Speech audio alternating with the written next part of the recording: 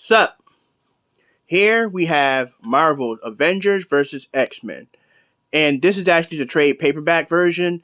And for those of you that are not aware, I'm more of a fan of trade paperback because, yes, I don't mind reading the individual comics, but the hassle of trying to get them all in order, trying to get each one or wait for the actual date and everything, it just, yeah, I don't feel like dealing with that.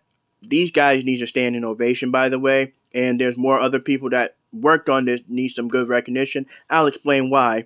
Here, let me get more of a synopsis of the back. And here's the major reason why. As you can see, collecting Avengers versus X-Men 0 to 12 of the issues of the comics. And yeah, a little bit of laziness, I'll admit, being added in there. But as you can see, here's the front. And as you already saw, this was the back. And I'll get into the detail of this later. But yeah. Oh, and here's the other price if you're in Canada. Alright. Oh, as you guys know, before I get into this, well, usually in trade paperback fashion, they like to promote other comics.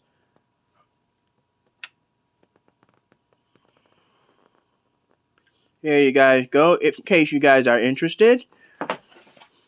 And as you guys know, I like showing off the copyright. So here it is.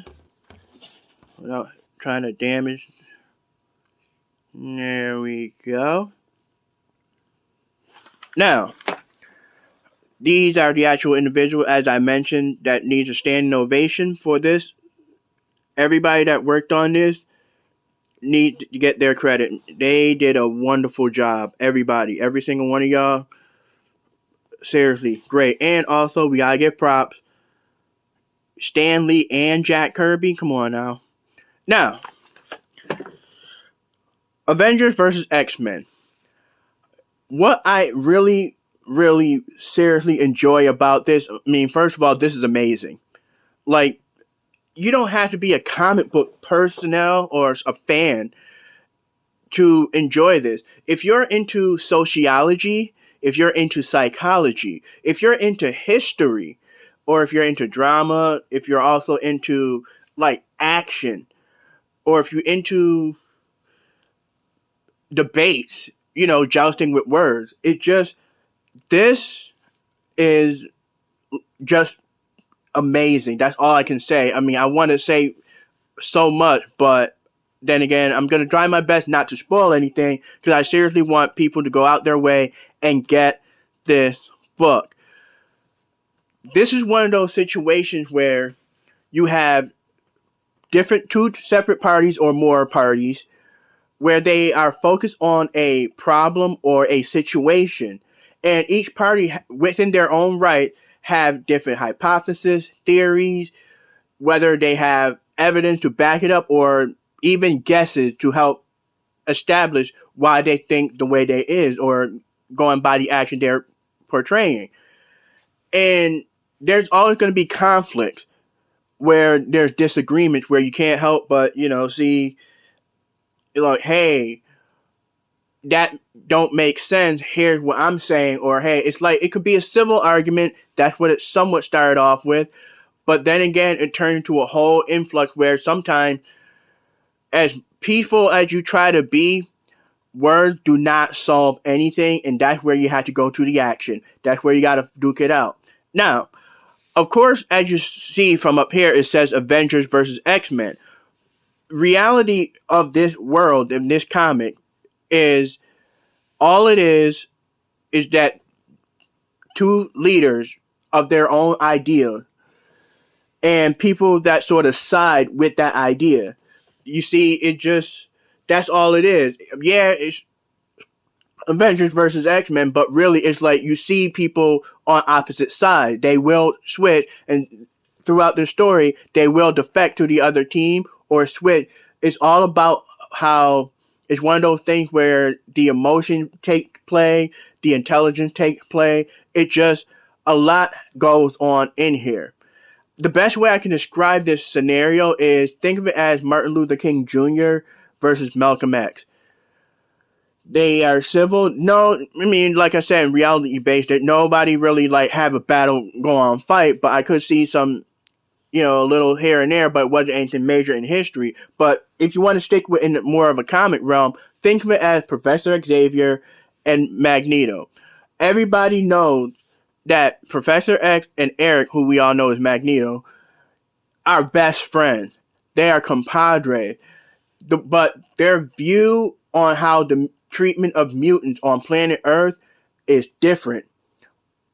And pretty much here, it's kind of pretty much the same. It's all based on, hey, they are all good guys. There's no real bad guy unless you want to judge by action and by ideology. Now, the point of this comic, the point of this story is, as you can see, the Phoenix is coming back to Earth. No, this is not the Phoenix Jean Grey version. That one was already said and done when she's gone, pretty much dead, no longer exists. The problem is everybody is pretty much like finds out that the Phoenix is coming back to Earth. Now, one side of the party looks at the Phoenix as, oh, this is bad. She's coming to end the world. This is the sign of the apocalypse. Everything's going to die. She's going to destroy Earth. They don't know what her reason for coming back, but she has to be stopped. The other side look at the Phoenix as, this is a great thing. She's a Phoenix. It's the sign of rebirth. And we have to accept change. She is coming back to Earth to change something on a planetary scale, and it must be done, and we have to let it be. So that's where the argument ends. And the two major factors of the character, which is why the Phoenix coming back to Earth, is Scarlet Witch and another character, which I do not want to say because that's pretty much in the spoiler territory.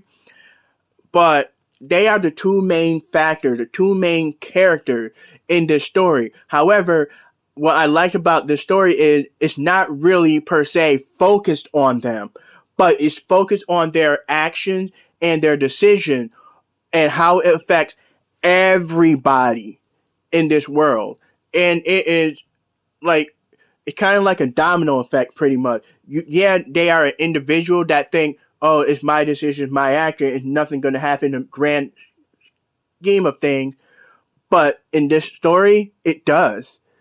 And you see how much, like I said, a domino effect where it's problematic, where you see friends become enemies, enemies become friends. Well, I couldn't say it like that. It's more like rival turn into friendship, or friendship turns into rivalry, which ended up becoming like a death match.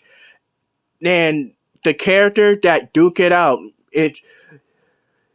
we all have those moments where like, oh, I would love to see so-and-so versus so-and-so, who would win. Just read this. You will be impressed and amazed, and especially how, even though it's like a teamwork battle, and sometimes it's an individual battle, you see that everybody are fighting not to destroy the other person, but to back up their idea of what to do when the Phoenix arrive. That's where the disagreement is. And as you already seen, there's different characters. Some of them, it's not really Avengers versus X-Men. It's the mishmash of people aligning themselves behind the leader to back up their idea. Now, one of the major things that I think is pretty much important is, you can probably look at it as it's an egotistical thing or a prideful thing, but both the leaders, which is Captain America and Cyclops, with their beliefs and ideas of how they should react about the Phoenix coming, they are pretty much are saying, hey, no, this is what's going to happen. No, this is what's going to happen. Here's my proof. It's like back and forth. Like I said, they try to be civil, but there's a little bit of a anger that's added into the civil word that's going on, and there's reasons for that. But at the same time, like I mentioned, both parties, they wholeheartedly believe in their statement and belief, and full-heartedly. However, as much as they are both right, they are both seriously wrong, and it all stems down to three simple words. But because like I said, you can view it as it's a egotistical thing or a prideful thing. Those three simple words that pretty much conclude all this crap is, I don't know. Nobody is brave enough to say, I don't know. Because, yes, the Phoenix is coming. Yes, she's targeting Earth. Yes, there's a host that's on planet Earth that she's coming to bond with. But nobody knows what the reason for it. Nobody knows what the outcome's going to be. So they're just jumping the gun. It's kind of like, I don't want to say shoot first and ask questions later. It's more like react first and figure out the problem later. You know what I mean? So overall, as much as I'm tempted, you know what? Let me see. No, that's going to be spoiler. No, that's going to be spoiler. I'm trying to... Let me take a quick peek at that. Nope, that's definitely spoilers. Yeah, you know what?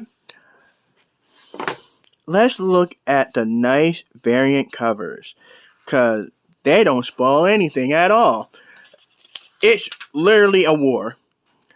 And as much as I want to show like the example of the art, but here's a good example. Just look at the different variant covers.